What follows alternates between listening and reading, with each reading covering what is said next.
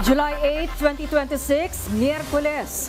Habang mainit ang paglilitis kay Vice President Inday Sara Duterte sa Senado, binabantayan naman ang Super Typhoon Inday na pumasok na sa Philippine Area of Responsibility.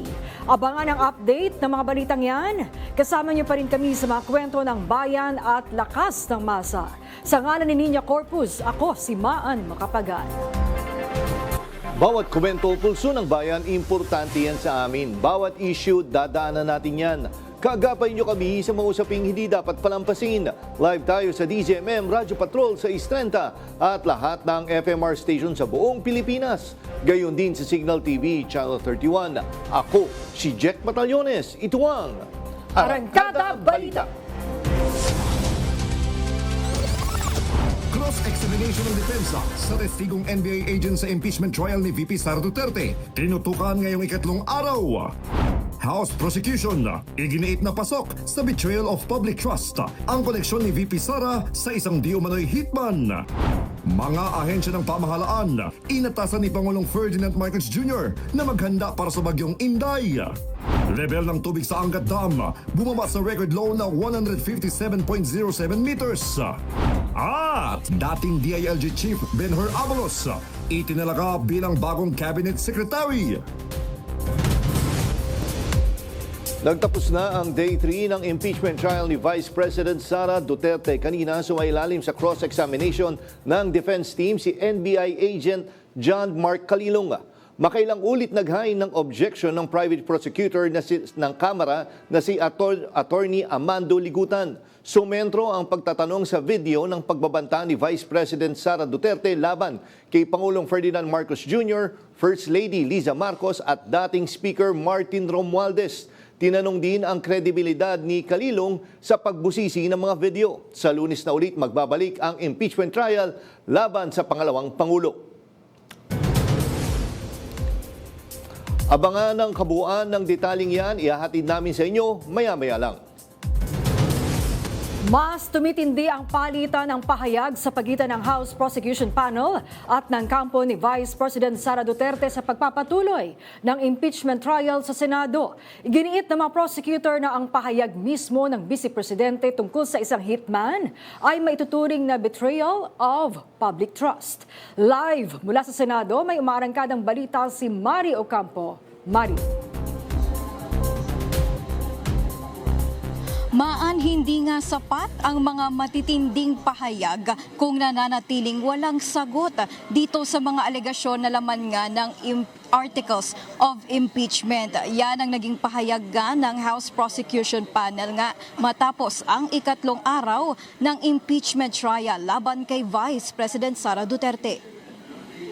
Wala ka nga posisyon sa gobyerno, namimigay ka ng pera ng gobyerno. Hindi maaring baliwalain ang mismong sinabi ng Vice President na mayroon umano siyang nakausap na hitman sakaling may mangyari sa kanya, ayon kay House Trial Spokesperson at Lanao del Sur Congressman Zia Alonto Adyong. Dagdag pa niya, bilang pangalawang pinakamataas na opisyal ng bansa, tungkulin ng bise na ipatupad ang batas at hindi makipag-ugnayan sa sinumang inaakusahan niyang mamamatay tao. Yun mismo yung alam niya na merong mamamatay tao at hindi niya ito pinagsabi sa mga pulis, sa mga ahensya ng ating gobyerno. At siya mismo ang nakipag-usap, tatanong, is a betrayal of the oath that she has taken prior to the assumption as Vice President of Islam. Ayon pa sa prosekusyon, hindi lamang authenticity ng video ang nais nilang patunayan sa impeachment court, kundi maging ang epekto umano ng naturang pahayag sa national security. Kasabay nito, sinabi naman ni Deputy Speaker Paulo Ortega V na isa sa pinakamabigat na artikulo ng impeachment ang aligasyon ng grave threats dahil na lang sa direkta umano ang bantang binitawan laban sa Pangulo. Alam kong equally important yung other articles, pero parang dito talaga may kurot yung sa grave threats. Humarap si Duterte sa Senado kahapon ngunit umalis nang hindi dumalo sa paglilitis at nag-iwan na lamang ng maikling mensahe na tinawag naman ni Ortega na mistulang clickbait lamang. Para kay Adyong, ang impeachment court ang tamang lugar para sagutin ng vice-presidente ang mga paratang, hindi ang pagbibitiw ng mga one-liner sa labas ng sesyon. Ang inaasahan ng publiko ay mga paliwanag hinggil sa confidential funds, POA findings at iba pang aligasyong nakasaad sa Articles of Impeachment at hindi ang mga pahayag na ayon sa kanila tila hango lamang sa mga palabas. Parang it appeared and it sounded like a Game of Thrones inspired punchline, ay hindi po yun ang kasagutan at hindi po yun ang inaasahan ng mga tao na yun yung sinasabi nilang handa silang sumagot sa proper forum. Unfortunately, the public is again disappointed.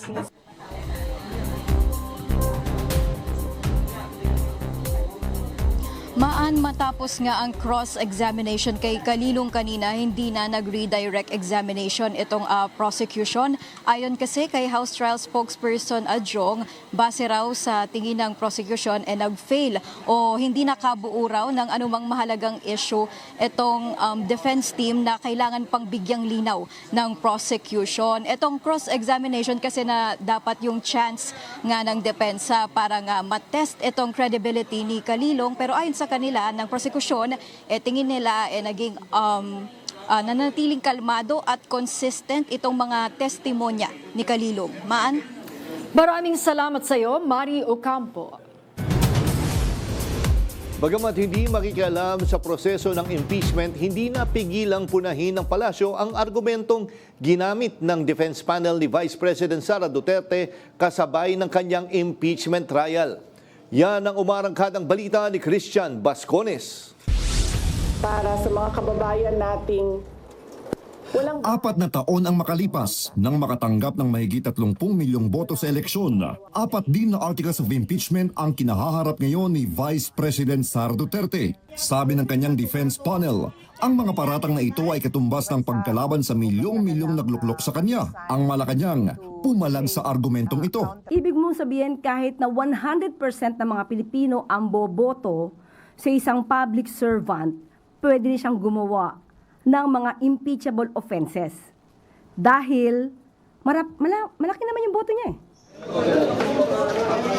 Pumunta kahapon sa Senado si VP Sara pero hindi humarap sa impeachment trial. Matapos ang mahabang panahon ng pananahimik patungkol sa mga paratang laban sa kanya, nag-iwan lamang siya ng maikling pahayag. In this bloodbath and bludgeoning, I will be blooded but unbowed. May pasaring naman ang palasyo sa mga katagang ginamit ng Vice Presidente. Tila raw kasing hinango ito sa isang popular na tula. Siya mismo ang nagnanais ng isang bloodbath. But sa kanyang maiksing salita, kahapon ay wala pa rin tayong nadinig na pagtanggi sa mga akusasyon na ibinabato sa kanya. Is also not Bumelta din ang palasyo sa mga banat ni Senator Pia Cayetano nang sabihin itong pinapaboran ng Malacanang ang majority sa Senado. Nag-ugat ito ng magdebate sa pagbubukas ng impeachment trial kung saan nagbigay siya ng subesyon na kung gustong magpatawag ng special session, agad na matatawagan ng mayorya sa Senado ang palasyo. Gusto po natin kamustahin si Senator Pia Cayetano. Kamusta na po ba, Senator Pia Cayetano? Pero siguro napansin niyo rin na medyo hingal na hingal si Senator Pia sa kanyang pananalita. Susuportahan po ng Pangulo, unang-una po because of the separation of powers, but susuportahan po ang ginagawa ng Senado as long as those activities are within the bounds of law. Muli namang sinabi ng palasyo na hindi na kailangang mag-monitor ni Pangulong Bongbong Marcos sa mga nagaganap sa Senado na abala ngayon nagampanan ng tungkulin sa bayan. Ako si Christian Bascones ng PRTV News, nagseserbisyo para sa Pilipino. Nanatiling mahigpit ang seguridad sa labas ng Senado ngayong ikatlong araw ng impeachment trial ni Vice President Sara Duterte. At live mula sa Senado may umaarangkadang balita si Lestor Aler. Lestor.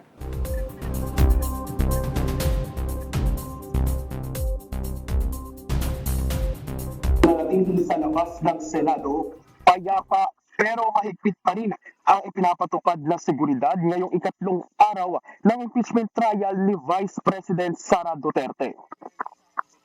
Kumpara noong unang araw ng paglilitis sa Vice Presidente kung saan iba't ibang grupo na pabor at tutol sa impeachment ang nagpunta sa malapit sa Senado upang magsagawa ng kilos protesta ay mas mapayapa ngayon ang sitwasyon.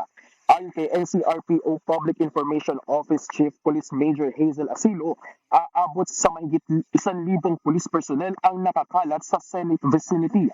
Mas mababa ang bilang na ito kumpara kahapon at noong unang araw dahil wala pa silang namomonitor sa ngayon na magkakasanang kilos protesta.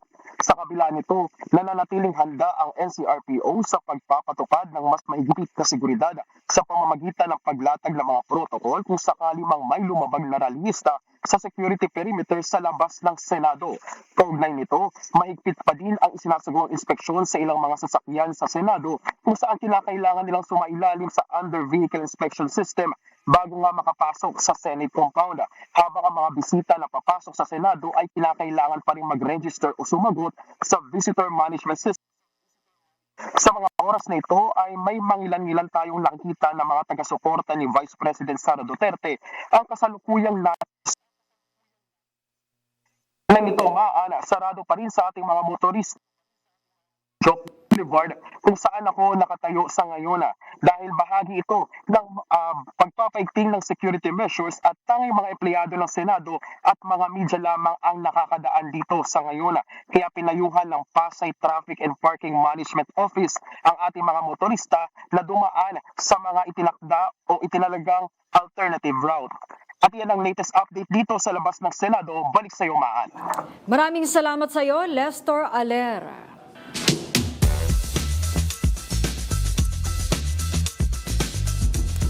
Pag-usapan natin o himayin natin ang ikatlong araw ng impeachment trial ni Vice President Sara Duterte. Kasama natin ngayon dito sa PRTV Prime Studio si Dean Maria Soledad Margarita Delequito Mawis ng Lyceum of the Philippines University of School of Law. Magandang hapon po, Dean Mawis. Magandang hapon po at maraming salamat sa muling pag-anyaya po. Strategiya ng depensa ngayong araw kasi sila yung sa cross-examination na pahinain.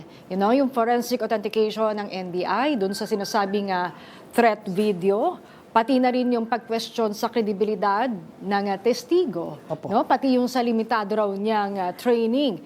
So tingin nyo ay nakaungos ba sila? Sumakses ba ang defense ngayong araw? Alam niyo po, malalaman po natin yan. I think they will still conduct redirect examination. So it would be best for us to wait for the entire testimony to be concluded para kung masabi natin kung siya po ba ay nakaungos o hindi.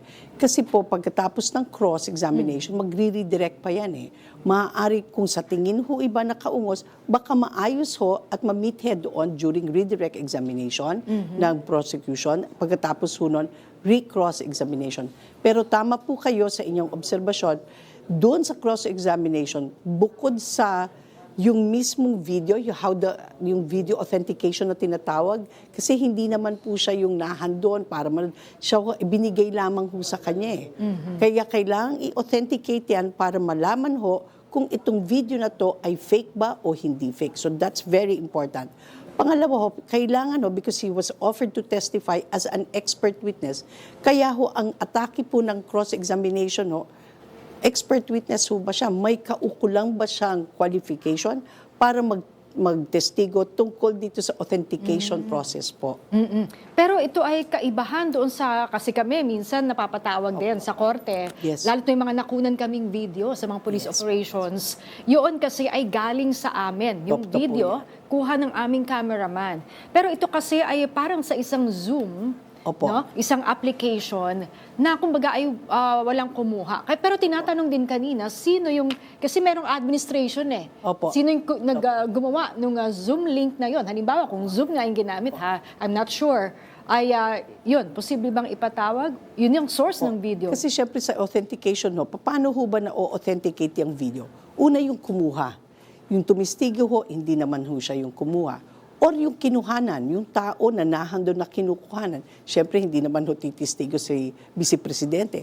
So, kailangan ho talagang patunayan saan ho nagmula ho yan.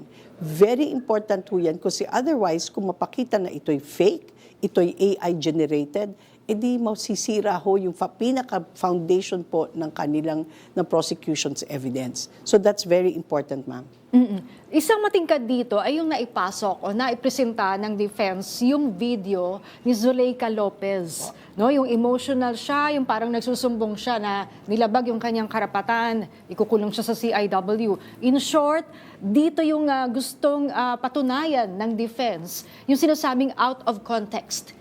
Kaya nasabi daw ni Vice President yung mga katagang yon. Okay. Oo. Ay, kung ganun ho ang atake po, ano ho ang ibig sabihin ho? May naunang video, itong video ni VP Sara, ito ho ay sagot dun sa unang video. Which means, may video ho talaga for them to say na ito ay retaliation o sagot lamang dun sa naunang video. Una po yan. Pangalawa, kung totoo ho talagang may banta doon po sa unang video na express ho ni attorney, no, na may nagbanta sa kanya, di ba po ang dapat hong gawin kung may banta ay magsumbong sa kaukulan, sa ahensya ng gobyerno para ho nga you bring to justice kung sino man yung nagbabanta. You do not answer a threat of committing a crime with another threat of committing a crime. In other words, you do not take the law into your own hands. Nasa posisyon ho siya, alam ho niya yung proseso, pwede ho silang magsampa ho ng demanda. Kung talaga hong merong bantang ginawa doon ho sa katauhan, nung ho nasabing kinuna ng unang video. Hindi po maaaring maglabas ka ng video at ikaw din magbigay ka ng threat. That is not right. So nakatulong pa paglabas ng video na yun sa panig ng defense? Yes, because to my mind, kung ilalabas mo yan at sinasabi mo na ang itong second video is a mere reaction to the first video, in other words, you're admitting that there is really a second video, di ba? Kasi bakit mo siya ilalabas? Okay. So parang naano lang doon, na-established. Oo, na-establish Na totoo yung video, na there's such a video. Oo. Tama po. Okay. May nagtanong din kasi may yung komento daw sa ilalim ng video na yon, na sabi ay madaming nag-comment. At lumalabas daw doon sa mga comments, generally, na hindi naman natakot o hindi considered na banta, threat, yung sinabi ng Pangulo. Tapos ginagamit yon ng depensa ngayon. Alam niyo po, yan ho ay opinion ng ibang tao. Anong mahalagang opinion? Ano ho ba ang sinasabi ng batas? Kaya nga ho, bago naman ho yan na sinabing threat, yan naman ho ay inimbestigahan. At ang ano ho dyan, yung threat na nagbabanta ka, which is very clear. Galit na galit po siya, nagbanta ho siya, nagsabi pa nga may hitman. Paano ho hindi naging threat po yun? Yun ang hindi ko naman po maintindihan. No? Kung sa ibang tao, yan ay dala lang ng bugso sa loobin, naggalit lang siya, bottom line is she did say, assuming that the video is really true and authentic, nagsabi ho siya na talagang may papatayin, di ba po? Sinabi naman ho niya na may hitman just in case may mangyari po sa kanya.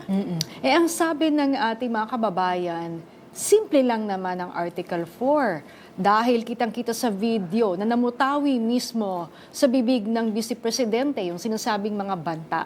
So, bakit parang nagiging komplikado? Because of course, may strategiya ang defense. At saka hindi po yun mukhang madali. Pero siyempre, kailangan ho may ebidensya. Ang ebidensya ho, hindi lamang ho relevant, it must be competent.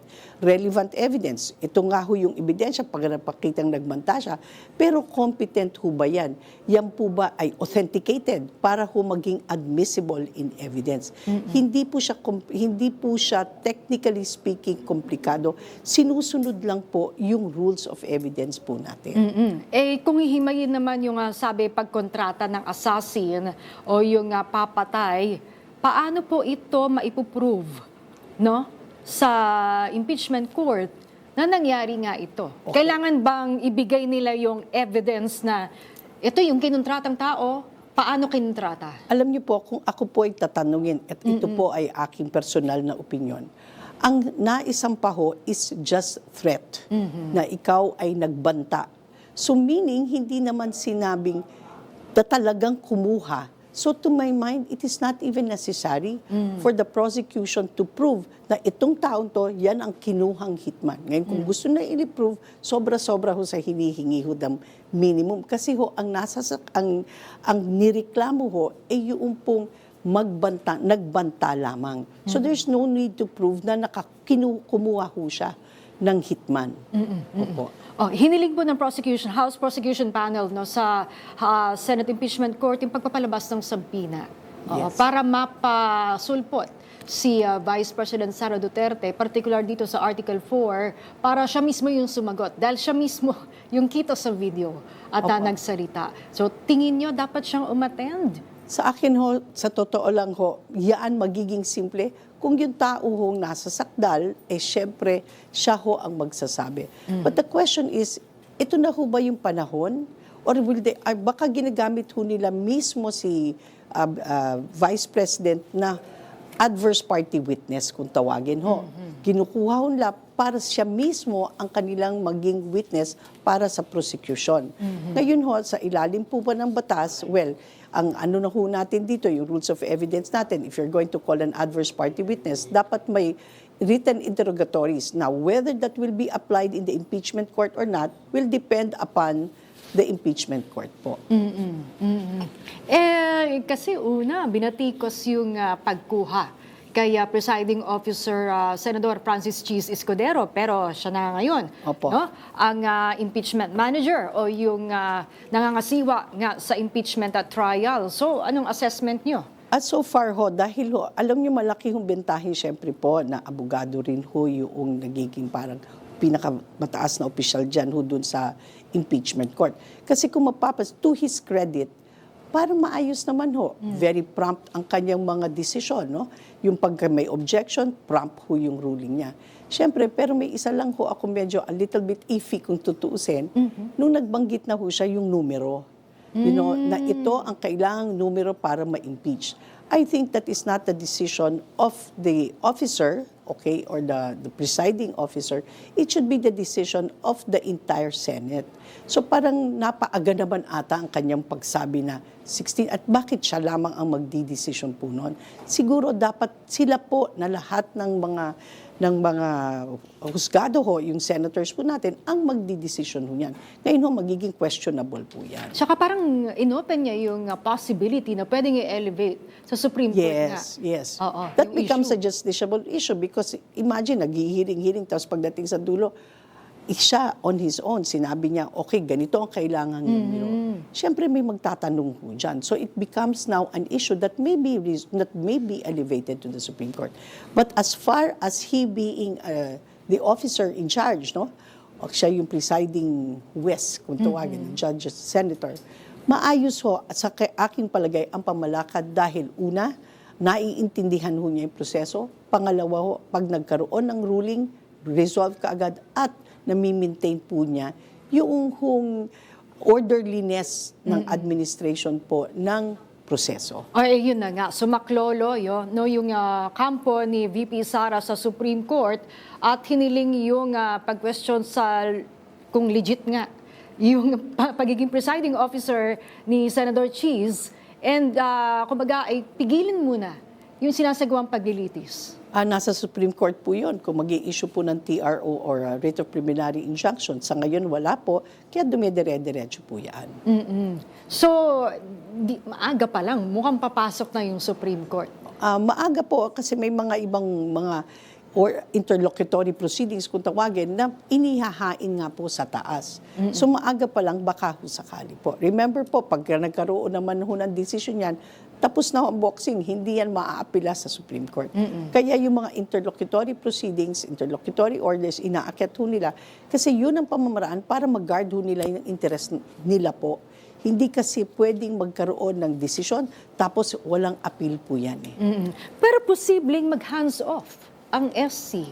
Total, maayos naman, napapangasiwaan yung impeachment trial. Posible, kung gusto, nasa Supreme Court ho yan, kung ano ho ang magiging desisyon nila, kung tingin ho nila na hindi ho ito angkop na desisyonan ng Supreme Court dahil ho sa independence po, independence on the three branches of government, baka ho respetuhin nila na hindi, Senado lang ang dapat magdesisyon. Ay, pag-usapan naman natin yung performance, no? Pero very early, pero at least third day na, prosecution and defense. So, yung kanilang demeanor, yung kanilang pagiging kalmado, yung kanilang strategy, anong assessment niyo? Napakaganda ho. Kaya maganda hong panuorin ng mga law students ho yan. Kasi natututo ho talaga ho. Makikita ho nyo yung demeanor, maayos, wala naman ho nagsisigawan, you know. And when they argue like lawyers. Medyo may basihan, may basihan, at agma naman ho sa batas. So ako, both prosecutor and defense, they went there prepared. Yun naman po ang masasabi ko. Preparado po naman sila. Alright, maraming salamat po, Dean Soledad, Margarita Dariquito Mawi, sa inyong pagsama sa amin ngayong hapon. Thank you. Senador Rodante Marcoleta may mild pneumonia ayon sa doktor. Marami pa tayong may init na balita sa pagbabalik ng Arangkada Balita.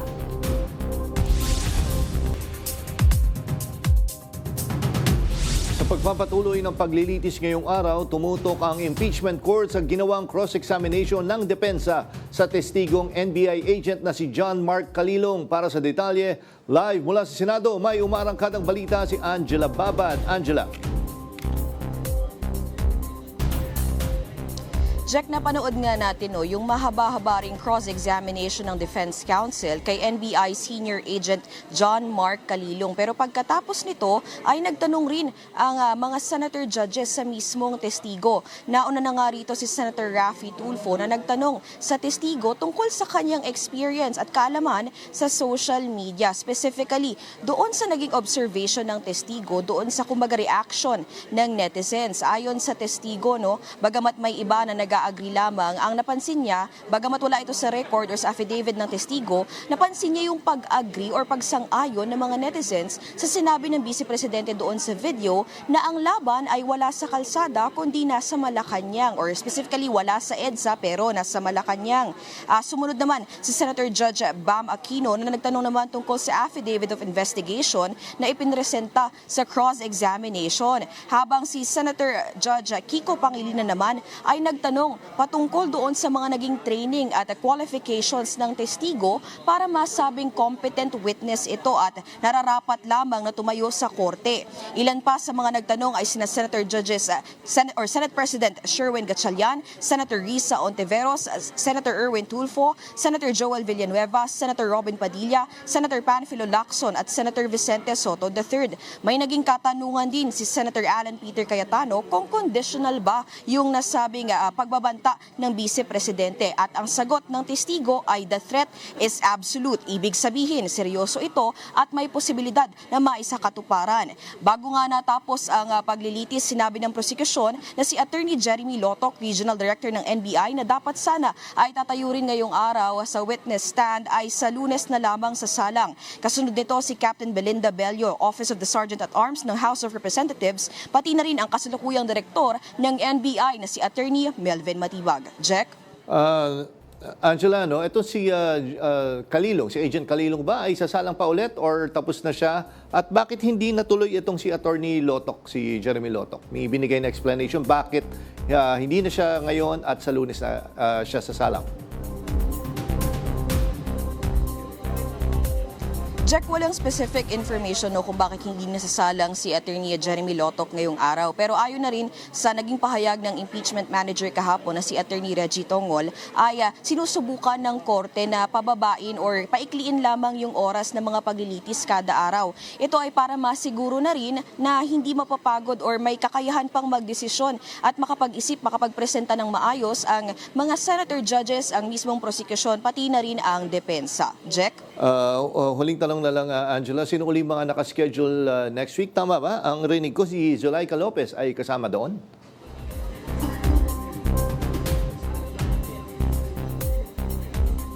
Jack, doon sa huling parte kasi ng confirmation doon sa mga witnesses ng prosecution, dadalo nga si yung tatlo, si Captain Belinda Bello, si Attorney Jeremy Lotoc at si NBI Director Melvin Matibag. Nabanggit rin, I think this is for the defense of si Attorney Zulaika Lopez, ay posible ring dumating next week, Jack? Okay, sige. Maraming salamat. Angela Babad. Kontento ang House Prosecution Panel sa pinakitang performance ng kanilang mga taga-usig. Sa kabila yan ng sunod-sunod na objection ng depensa, ipinagmalaki ng prosekusyon ang maayos na presentasyon sa kanilang testigo. Yan ang umarangkadang balita ni Willie Delgado Jr. Pinatunayan ng House Prosecution Panel na talagang daig na maagap ang masipag. Ito ang naging pananaw ni House Deputy Speaker at La Union Representative Paulo Ortega matapos isa lang ang Article 4 na may kinalaman sa grave threat laban kay Vice President Sara Duterte. Ayon kay Ortega, kitang-kita ang kahandaan ng prosekusyon sa paulit-ulit na objection ng depensa ng isalang ang testigong si NBI agent John Mark Calilong. Una nang hinarang ng depensa ang pagsalang ni Calilong sa witness stand. Hindi raw kasi kasama sa listahan si Calilong nang gawin ang pre-trial brief. Gayunman, nanaig pa rin ang argumento ng prosekusyon.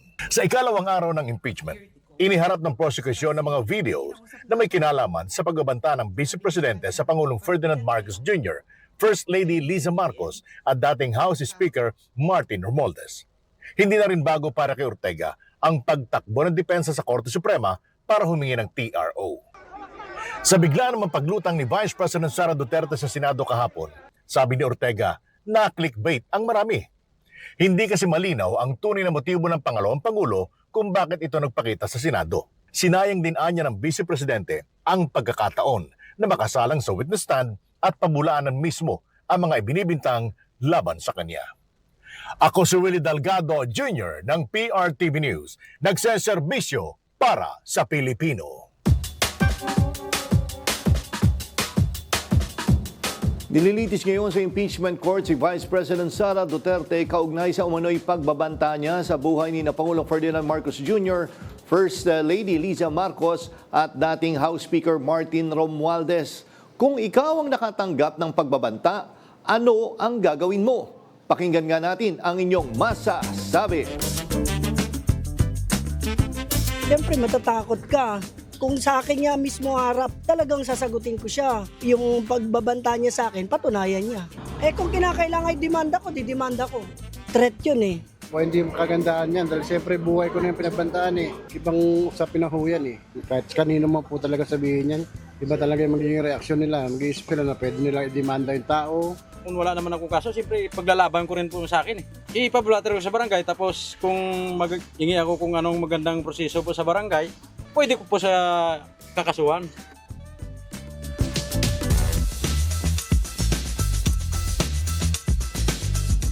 Nagpapatuloy pa rin ang ikatlong araw ng impeachment trial ni VP Sara Duterte. Himayin natin ito kasama ang dating Dean ng PLM College of Law, si Attorney Jose Roy III. Magandang gabi, Attorney Roy, at welcome po sa Arangkada Balita. Good evening, Jack. Good evening, mga kababayan at lahat ng mga tagapagkinig. Yes, Attorney Roy, bago ko tanungin tungkol dito sa Article 4, kamusta kayo overall? Kontento ba kayo sa takbo na itong impeachment trial po or nababagalan po ba kayo? Well, sa simula, okay lang yan. Actually, medyo nagkakaroon na ng konting excitement at napupuna na ng mga tagapanood ang iba't ibang estilo. Nakikita rin natin yung control ng presiding officer at kung paano yung mga kinikilos ng mga senator judges. Maraming mga exciting na maliliit na bagay na pag pinagsama-sama mo, sapat naman para ma-hold yung attention mo, no? Kahapon nga, dumalo pa si VP Sara. So, maganda naman ang dating yan at na-engage tayo, no? Kumbagay tayo nai-involve, di ba? At masarap abangan ang susunod na kabanata. And Attorney Roy, ito nga sinasabi, itong Article 4, yung mas madaling kumbaga ma-absorb ng taong bayan, madaling maintindihan. Kasi marami nga ang nakapanood ng video, pero lumalabas ngayon, parang hindi ganun kadali. No? Maraming technicalities na didi-discuss, marami nagsasabi, hindi ba simple lang na napanood namin na nagkaroon ng threat or pananakot sa laban sa Pangulo kay dating Speaker, hindi ba ganun kadali lang yun na makikita na kagad na may violation? Well, yung article na yan, in particular, madali makarelate, di ba? Kasi parang nga, sinasabi natin, pag ikay hinamon o tinakot Eh di syempre, meron natural na reaksyon ng bawat tao. Iba-iba yan. Yung iba susugod, yung iba lalapit, makikipag-usap, etc. Yung iba magagalit, maghahanda. Yung iba nga, uunahan pa. Di ba? So, madali makapag-relate yung average person. Tapos, so in other words, itong article na to, itong paratang na to, this allegation against the Vice President, it sells itself. Sa istorya pa lang, gets na ng mga tao. Tsaka nakita na nila eh. Di ba? Matagal nang kumakalat yan. Yung video na yan. Matagal nang alam. Now, yung nagiging exciting dyan is paano sasanggain ng depensa to? Oo nga po.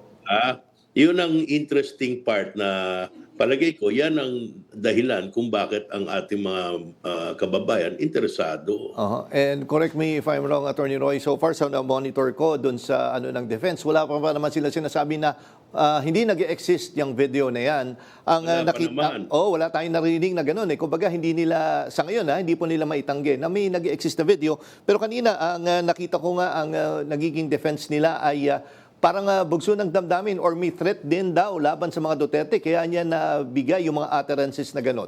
Ano po reaction niyo? Napakahirap gawin ng bahaging yan dito sa testigong ito. Kung napansin nyo, ang trabaho lang nitong testigong ito ay patunayan na meron ngang ganitong video. Yun lang yun. Yun lang ang punto ng pagpalabas sa kanya na itong video, ito talaga yun, hindi AI to, etc. whatever. Hindi ba nga sinasabi ng testigo na siya ay na-training dyan sa mga analysis at iba't ibang technique ng investigation sa video, etc. Ngayon, ang gustong umpisahan ng depensa, tinatanong sa kanya, hindi mo ba na-investigahan na merong ganitong influensya dyan, meron ganitong mga sentimento o pangyayari na pwedeng maging dahilan kung bakit ito isang reaksyon lamang, 'di ba?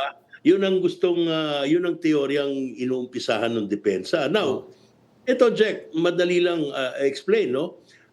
Yan hindi kayang sagutin ng testigo yan. Siyempre, malay ba niya kung ano yung ibang mga bagay na nag-stimulate o naging dahilan kung bakit ganun ang ipinakita ng ating Vice Presidente doon sa puntong yun, doon ng panahon na yun. Sabi nga, siguro nga meron siyang natanggap na balita or what, pero hindi yun ang testimonya ng testigo. Ang sinasabi ng testigo, hindi, ito tunay na sinearch ko ito, nandun sa website nila, etc. So, garantisado ko na tunay ang video na yan. Yun lang ang punto nung ni Kalilong. Pero, siguro tatanong mo, bakit yun ang tinatanong ng defense? Kasi, unti-unti nilang pinaaabot sa mga tagapanood at sa senator judges na itong lahat na to, tama, totoo nga nangyari yan, pero may iba pang storya to sa likod. May dahilan ito. Hindi yan banta na seryoso. Ito'y isang reaksyon lamang sa mga pangyayaring politika at kung ano man, di ba? Dahil lalabas din yan later on. Kasi kung hindi nila mabuo yung storyang yan dito, sa pag-cross-examine ng mga testigo ng prosekusyon, ilalabas nila yan sa kanilang sariling mga testigo. Pero ganito pa lang kaaga, nilalatag na nila yung storya na yan, yung narrative na yan, kumbaga. Pero attorney, kunyari nga, magiging ganun nga, yung parang bugso ng damdamin or freedom, kumbaga, yun nga. Pero sinong pwedeng magpatunay niyan? Hindi ba dapat mismong si Vice Presidente? Kasi siya ay nakaramdam nung panahon na yun. Walang pwedeng sumagot para sa kanya. Di ba nga, merong mga surprise witness. I think next week, kailan ba? Si Attorney Lopez, Solay kaya tawagin. O baka yan isang hindi tayo nakakasiguro. Baka magte-testify siya doon, gagawing hostile witness. Baka magte-testify yan ang magpipresenta yata prosecution. Baka pag krinos-examine yan, lahat pabor kay VP Sara yung sasabihin yan. Ilalahat niya yung buong istorya. At yung mga bulong-bulungan na hindi yata narinig ng mabuti doon sa video, sasabihin niya doon. See? So, ganyan ang play niyan. Pero ganito palang kaaga, nilalabas na nung depensa yung kanilang teorya o yung kanilang version ng pangyayari. Ito yung Ito yung, di ba nga, ang kritisismo dyan, yung kanilang mga sagot at lahat ng mga sinasabi itong mga panahon na to, panay technical, panay mga objection, pa-dismiss, etc. At hindi daw naglalabas ng yung anumang sagot sa mga paratang mismo. Yan ang isa rin plano nila yan para pagdating dito sa trial, magugulat ka, ganun pala. Meron palang mga pangyayaring hindi na ibunyag noong araw. See? Ayan, attorney, ito nga, di ba, yung dito sa impeachment court ay hindi naman guilty beyond reasonable doubt ang magiging, kumbaga, yung magiging basehan. Gano'n ka-importante ngayon yung mga ganito, yung mga sinasabi mo na sinasabi ay, kumbaga, hindi naman yung, I mean, hindi na nila dinideny yung existence ng video. Yes. Pero ngayon, context na yung kanilang nilalabas. Yes. Gano'n ka-importante ito? Napaka-importante niyan. Alam mo naman, Jack, ilang ulit na natin yung sinasabi.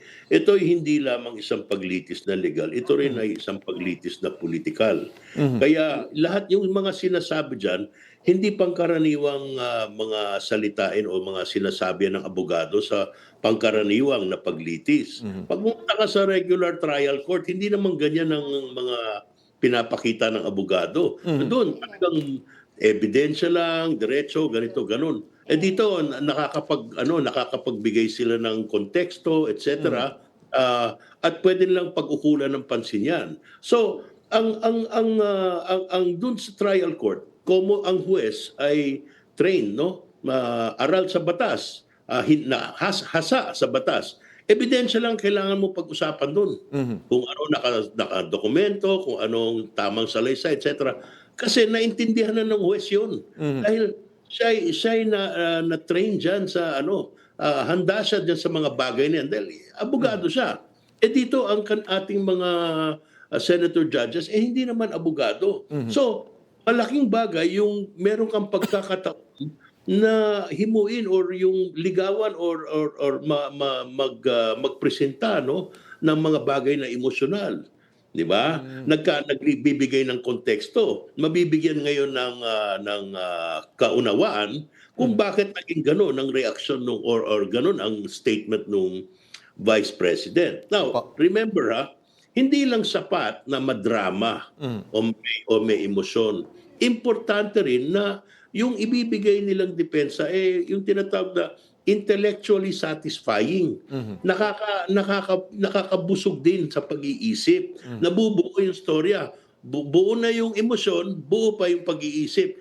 Ganyan nila magkakaroon ng chance na makumbinse yung mga senator judges. At sigurado, ang target nito, yung mga audience, yung mga kababayan natin na nanonood. And Attorney Roy, huling tanong na lang, alam naman natin na lahat nakatutok dito sa impeachment trial, pero marami na mga issues na natabunan. Doon nga yung Senate shooting, never na nga uli parang natin narinig na magkakaroon na investigation. Ngayon, meron pa nga ho dito, yung last week lang, medyo na baon sa mga storya. Itong ginawa si dating DPWH Secretary Bonoan na gagawing state witness ng ombudsman. Ano po ang reaction nyo dito? Hindi ba parang self-preservation ito? Alam mo, Jack, nakakabahala nga kasi siguro narinig na rin ng mga tagapakinig mo or kahit ikaw man lang na dyan sa state witness na rule na yan, hindi pwedeng ikaw ang pinaka-guilty. Okay?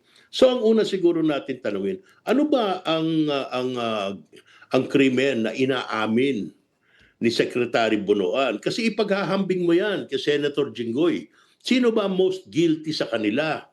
Di ba? Sa unang tingin, baka isipin mo, si Senator Jinggoy dahil yung paratang sa kanya, tumanggap siya daw ng ganong pera at hindi naman ganon kalaki yung porsyento ni Secretary Bonoan. Pero Jack, hindi yan sinusukat sa dami ng pera. Sinusukat yan sa mga ginawang kilos. Halimbawa, dito sa kasong to, ang paratang tumanggap ng kickback si Senator Jinggoy. Yun lang ginawa niya. Hindi ba? Sino nag-mastermind ng planong to? Sino nag-aproba ng mga project? Sino nag-aproba ng bid? Sino nag-aproba ng mga trabaho na naging pinagbasehan ng pagbayad? Sino nag-release ng bayad? Sinong pumili ng kontratista at iba pa? Hindi si Senator Jinggoy yun. Ito ba ang mga ay ginawa ni Secretary Bonoan, mas marami yun, hindi ba? Kaya ako, So, di ba, mapapaisip ka ngayon, paano nga naman yung isa tumagap, hindi ko sinasabing walang sala yun, hindi natin kung ano man, no? Pero sinasabi ko, pag ipinag-isipan mo yung proseso, paano lalabas yung pera kung hindi dadaan doon sa DPWH at aayusin ng mga tao doon? Remember, Jack, sa prosesong ito, yung DPWH lang ang pwedeng mag-aproba lahat yan. Hindi naman kung mataas na rango mo, pwede ka lang pumunta doon, akin na yung pera. Hindi. May bidding yan. Di ba? Meron yung mga spesifikasyon na kailangan gawin. Pipili ka ng kontratista. Magsusumite yung kontratista ng mga progress report na yung progress billing kung tawagin. Ito, natapos ko na. Maglalabas ng pera ngayon yan. Pati yung paglabas ng pera, maraming mga approval yan. Sino may hawak nun? So, okay, sige. So, lumalabas na, attorney, basically, to summarize lang, sinasabi nyo ay parang hindi qualified dapat si former Secretary Bonoan. Tignan natin kung ano yung inaamin niya na krimen, di ba? Ano ba yung mga paratang sa kanya? Now, yung nabanggit mo, masyadong magiging willing witness. Isa pa yun. 80 plus na ang edad ni Ginoong Bonoan. Nakasakdal siya. Diba? Yung kalayaan niya, nakaipit. Ilan na lang natitirang araw mo sa mundo? Hindi ka ba papapayag? Sige na, basta makauwi lang at matapos na ito. Yun ang delikado doon. Sige, nako, maraming salamat, Attorney Roy, kasi nga maraming mga issue. Nilalagay mo ako sa peligro eh. Ay, hindi naman po, kasi parang nasabi ko, napansin ko nga po, parang nabaon na yung ibang issue talaga dahil nga dito sa laki ng impeachment. Totoo yun. Yung impeachment kasi bagong development yan. Pero sana wag natin kalimutan yung mga ibang mahahalagang pangyayari. Sana tayo maging masusing at binabantayan natin yung mga yan para yung palakad ng ating lipunan maging maayos. Opo. Nako, maraming salamat, Attorney Roy, sa oras na bigay mo din sa Arangkada Balita. Mabuhay po kayo.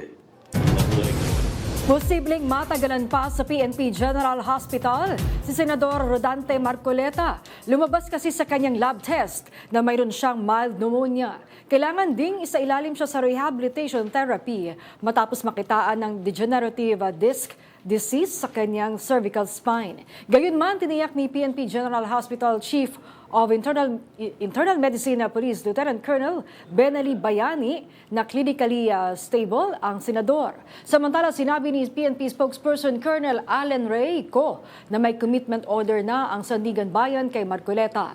Nakatakdaan niyang ipiit ang senador sa oras na maglabas ng clearance ang PNP General Hospital sa kanyang kalusugan. Sa ibang balita, buwaba sa record low na 157.07 meters ang level ng tubig sa Angat Dam ngayong Miyerkules ayon sa Pag-asa. Naitala ang pinakahuling record low na 157.57 meters sa Angat noong July 14, 2010. Ayon sa Pag-asa, maaring makarecover ang water level sa Angat Dam sa ikalawa o ikatlong linggo ng Hulyo. Dahil mas madalas ang pag-ulan ng habagat, ang inaasahan sa Angat Watershed. Nauna nang buwaba sa critical low level na 160 meters ang dam noong nakaraang linggo. Sa ngayon, hindi pa nagpapatupad ang water concessionaires ng service interruption dahil nakikipag-ugnayan na umano sila sa iba pang pagkukunan ng supply tulad ng Wawa at Laguna Lake.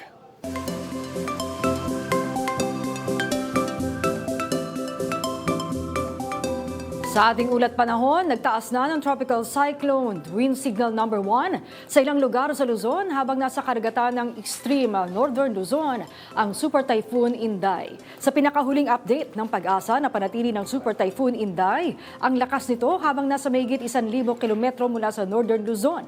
May lakas ito ng hangin na nasa 195 kilometers per hour malapit sa gitna at pagbugso nga abot sa 240 kilometers per hour. Asahan ang malakas na hangin sa mga lugar na nasa signal number 1. Ito ang Ilocos Norte, Apayao, northern portion ng Abra, Kalinga, eastern portion ng Mountain Province at Ifugao, Batanes, Cagayan, pati na ang Babuyan Islands, Isabela, northeastern portion ng Quirino, northern portion ng Aurora at northern pati central portion ng Catanduanes. Apektado naman ngayong araw ng pinalakas na habagat ang Pangasinan, Zambales, Bataan, Calabarzon, Mimaropa, Bicol, Visayas at Mindanao. Mapapalakas pa ng bagyo ang habagat sa susunod na 2 araw bago ito lumabas sa Philippine Area of Responsibility sa Sabado. Inaasahan sa mga susunod na araw ang malakas na pag-ulan na dala ng Super Typhoon Inday na posibleng magdulot ng mga pagbaha sa Metro Manila at iba pang panig ng bansa. Kaya ang pamahalaan nagsimula na paghandaan ang sakuna. Yan ang umarangkadang balita ni Justin Ignacio. Inaasahan ng malakas na pagbuhos ng ulan sa darating na Biyernes at Sabado dahil sa Super Typhoon Inday. Ayon sa Pag-asa, makararanas ng 50 to 100 millimeters na pag-ulan ang Occidental Mindoro at Antique, habang apektado rin ang Zambales, Bataan, Metro Manila, Cavite, Batangas, Oriental Mindoro at ilan pang lugar. Ngayon, yung mga pag-ulan na dulot ng habagat ay posible pong magdulot ng mga pagbaha sa low-lying areas, mga pagbaha sa mga komunidad na malapit sa mga paligid ng or gilid ng mga ilog, lalong-lalo kung continuous ang pag-ulan, may tendency umapaw, tumaas ang level ng tubig. Kaya naman ang palasyo, inatasan na ang National Disaster Risk Reduction Management Council na maghanda bago pa man ang sakuna. Nakausap po mismo natin at humingi po tayo ng komento mula sa NDRRMC at ito po ang mga ipinag-utos. Unang-una, conduct pre-disaster risk assessment scenario meetings and keep NDRRMC and RDRRMC response clusters on standby. Kanina, ang Metro Manila Development Authority o MMDA nagpatawag ng Metro Manila Disaster Risk Reduction Management Council Emergency Meeting para talakayin ang mga hakbang na kanilang gagawin. Una-una, para sa akin, napakahalaga po na mapanatili nating malinis ang ating mga daluyan ng tubig, ating mga ilog, mga creek. Pangalawa, ating mga pumping stations, we have to ensure na meron tayong operators 24 hours a day. Tiniyak naman ni MMDA Chairman Romando Artes na gumagana ang 73 pumping stations sa Metro Manila. Gayunpaman, sabi niya, makararanas pa rin ng flash floods pero mabilis naman daw itong huhupa.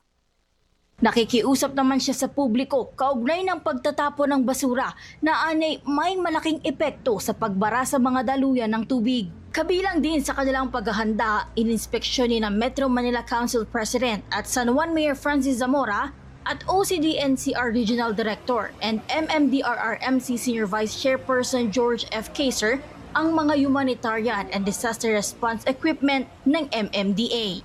Ako, si Justin Ignacio ng PRTV News, nagseserbisyo para sa Pilipino.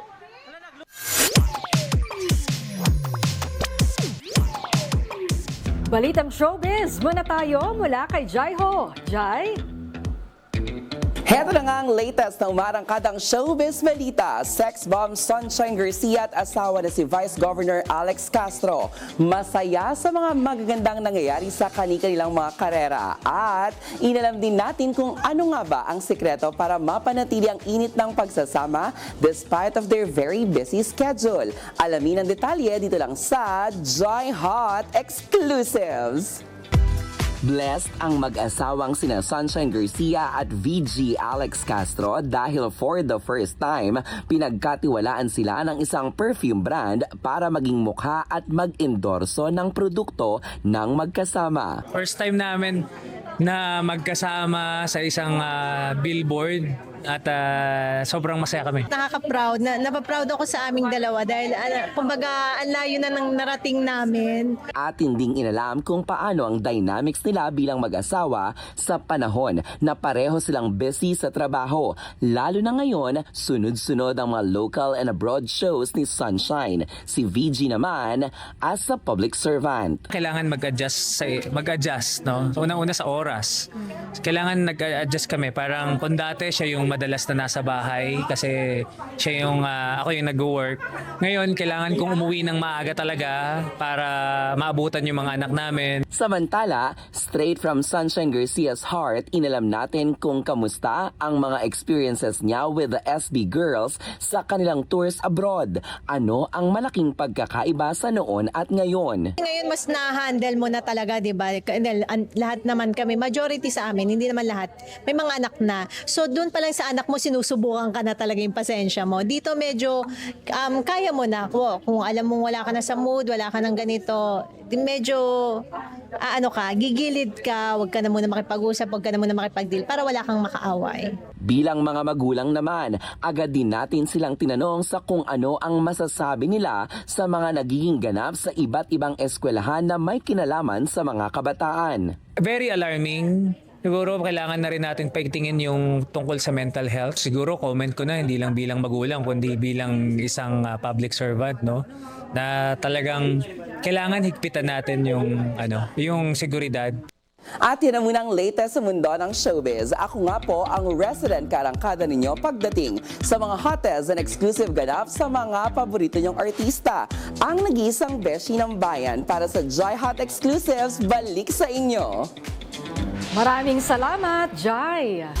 Oh, partner, na dami mo nakausap ng mga abogado parang libreng lessons yun. No? Parang pwede na tayong maging abogado din sa dami ng ating natutunan. Naman, ganun eh. Hindi, pero yun nga, nakaraos yung 3 araw ng impeachment trial ni Vice President Sara Duterte. Alam naman natin, naging mainit. Pero yung mga netizen natin, may score sheet. Oo. Kumbaga. Sino yung nanalo daw? Oo, may 1 point. 1 point, tapos bilangan pa ng objection. Pero yung objections kahapon na mapupurga ka sa dami ng objection. Oo, pero next week, excited ako kay Ma'am Zulaika kung siya ay pupunta. Papunta pa lang tayo sa exciting part. Yes, mukhang emotional din next week. Alright. Yan ang mamarangkadang balita ngayong araw sa ngalan ni Nina Corpus. Ako po si Maan Makapagal. At ako naman si Jack Batallones para hindi mauli sa usapan, kapit lang hanggang sa susunod na Arangkada Balita.